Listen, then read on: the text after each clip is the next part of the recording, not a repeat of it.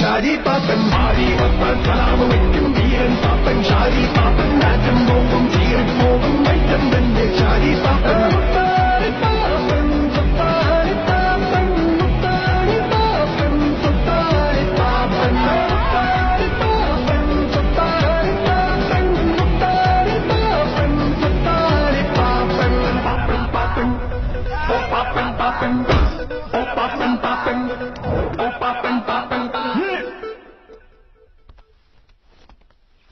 എന്താ എന്റെ പിള്ളേരെ തൊടണമെങ്കിലേ നീയൊക്കെ കുറച്ചുകൂടി മൂക്കണം. എന്നാ കണ്ടോടാ മൂപ്പ്.